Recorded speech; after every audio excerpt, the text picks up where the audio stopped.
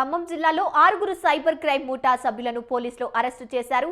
అంతర్జాతీయ ముఠాలతో నిందితులు జతకట్టినట్టు సిపి సునీల్ దత్ తెలిపారు. 547 కోట్ల సైబర్ ఫ్రాడ్ జరిగినట్లు గుర్తించామన్నారు.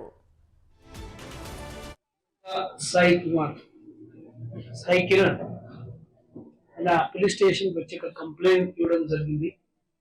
ఈ కంప్లైంట్ ప్రకారంగా 2022లో ఆయన ఒక స్టూడెంట్, ఆయనకి లోకల్లో కొంతమంది ఫాలో చేసి మీకు జాబ్ కి హెల్ప్ చేస్తాము, జాబ్ ఇస్తాము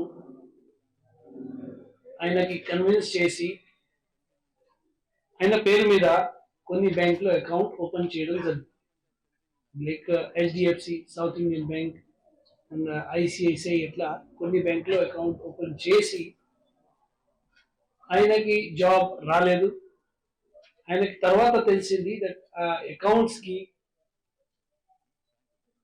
ఆయనకు తెలిసిన వాళ్ళని వ్యక్తులు ఆ అకౌంట్స్ కి కొన్ని డబ్బు వస్తాయి అండ్ ఆ అకౌంట్ నుంచి వేరే అకౌంట్స్ కి ట్రాన్స్ఫర్ జరుగుతుంది. అప్పుడు ఆయనకి డౌట్ వచ్చింది, ఇది మేబీ మిస్యూజ్ అవుతుంది అని కంప్లైంట్ ఇవ్వడం జరిగింది. ఖమ్మం జిల్లాలో 6 సైబర్ క్రైమ్ ముఠా పోలీసులు అదుపులోకి తీసుకున్నారు. అంతర్జాతీయ ముఠాతో నిందితులు జతకట్టినట్లు సిపి సునీల్ దత్ తెలిపారు. 547 కోట్ల సైబర్ ఫ్రాడ్ జరిగినట్లు గుర్తించామన్నారు. రైట్, ఇక ఇదే అంశానికి సంబంధించి పూర్తి అప్డేట్స్ మా కరెస్పాండెంట్ అయ్యప్ప ఫోన్ ద్వారా అందిస్తారు.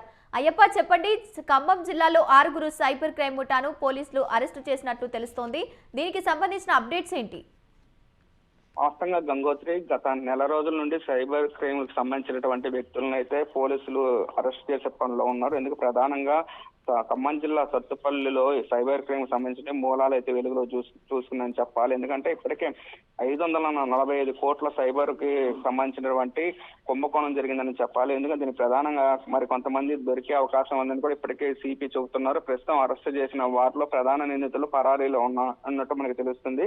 ఇందుకు దీనికి సంబంధించి అంతర్జాతీయ సైబర్ క్రైమ్ తో సంబంధించినటువంటి నేరస్తులతో జతకట్టి విదేశాల్లో కాల్ సెంటర్లు నిర్వహిస్తూ వాటి ద్వారా 545 కోట్ల రూపాయలు కొల్లగొట్టిన సంఘటన మన ఖమ్మం జిల్లా సత్తుపల్లిలో ప్రధానంగా నిందితులైతే మనం వెలుగు చూసినా దీనిపైన ఇంకా మరికొంతమంది నిందితులు దొరికే అవకాశం కనబడుతుంది. ఎందుకంటే సైబర్ క్రైమ్ నేరస్తులు ఇప్పటికే గతంలో కూడా పోలీసులు చెబుతున్నప్పటికీ వీళ్ళ ప్రధాన ఉద్దేశం ఏమిటంటే ఒక కాల్ సెంటర్ ను ఓపెన్ చేసి ఇక్కడ ఉన్నటువంటి అమాయకుల్ని ఒచ్చులో బిగించుకొని వాళ్ళకి సంబంధించిన అకౌంట్లకు మీకు ఎంత ముట్ట చెబుతామని చెప్పి వాళ్ళ అకౌంట్ లో 1 కోటి రూపాయలు లావాదేవీలు చేసిన తర్వాత వాళ్ళకి 5 లక్షల నుండి 30 లక్షల వరకు కమిషన్లు ఇస్తూ ఏదైతే ఈ అమౌంట్ ని అయితే వాళ్ళ తద్వారా వాళ్ళ అకౌంట్ లో పంపించి వాళ్ళ అకౌంట్ లో కూడా వీళ్ళు స్వాధీనం చేసుకొని ఎందుకంటే చూసుకోవచ్చు.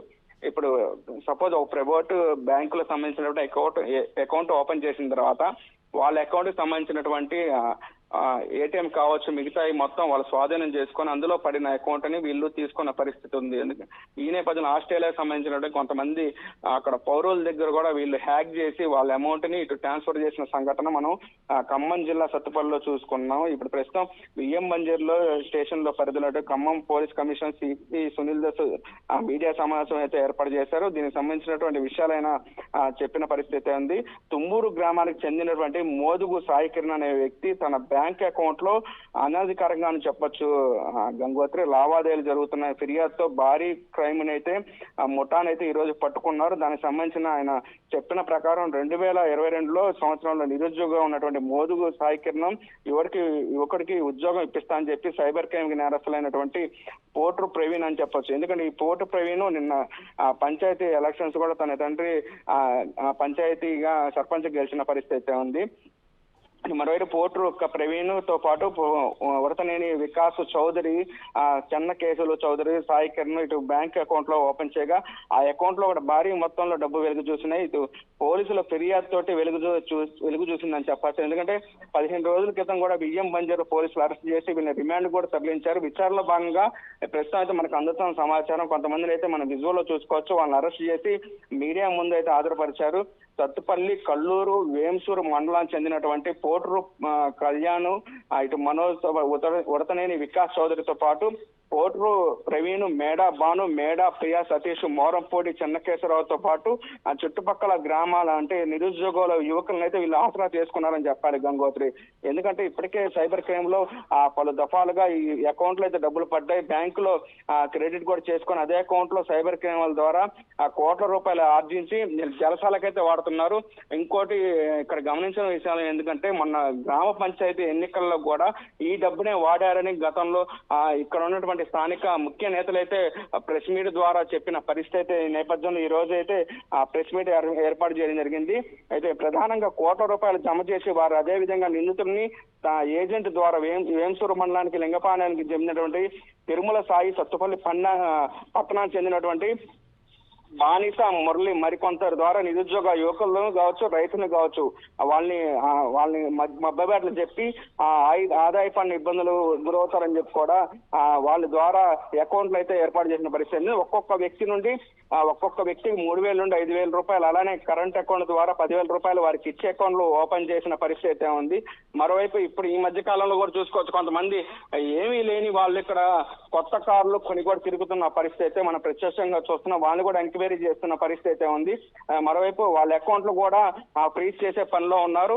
వాళ్ళకి డబ్బు ఎక్కడి నుండి వచ్చిందని కూడా కనుగొనే పనిలో ఉన్నారు. ఇప్పటికే సిపి సునీల్ దత్ కూడా మరికొంతమంది ఇంకా ఈ కేసుకు సంబంధించిన విచారణ జరుగుతుందని కూడా ఆయన చెప్పిన పరిస్థితి ఉంది. మొత్తం మీద మరోవైపు హైదరాబాద్ నగరంలో ఓ వ్యక్తిది పెట్టుబడుల పేరుతో 14 కోట్ల రూపాయలు మోసం చేసిన కేసులో కూడా కనిబి శెట్టి నాగబ్రహ్మనాయుడు అనే అతను, తాటికొండ పవన్ కూడా అరెస్ట్ అయిన పరిస్థితి. వారితో పాటు హరికృష్ణ కూడా అరెస్ట్ అయిన పరిస్థితి ఉంది. ఏదైనప్పటికీ ఈ రోజు జరుగుతున్నటువంటి సైబర్ నేరాలు బాగా జాగ్రత్తగా ఉండాలని చెబుతున్నారు సిపి సునీల్. ఏదైనప్పటికీ ఈ సైబర్ క్రైమ్ ద్వారా మరి కొంతమంది ప్రధాన నిందితులైనటువంటి పోర్టు మనోజ్ కళ్యాణ్ అకౌంట్ లో 114 కోట్లు, ఇటు మేడా భానుప్రియ అకౌంట్ లో 40 కోట్లతో పాటు, మేడా సతీష్ అకౌంట్ లో 138 కోట్లతో పాటు, బొమ్మిడాల నాగలక్ష్మి అకౌంట్ లో 81 కోట్లు కూడా రిసీవ్ చేసుకున్నారు. మరోవైపు కరీంనగర్ చెందినటువంటి నరసింహ కిరణ్ అండ్ డైరీ నిర్వాహకులు తాటికొండ రాజు అకౌంట్ లో కూడా 92 కోట్లు,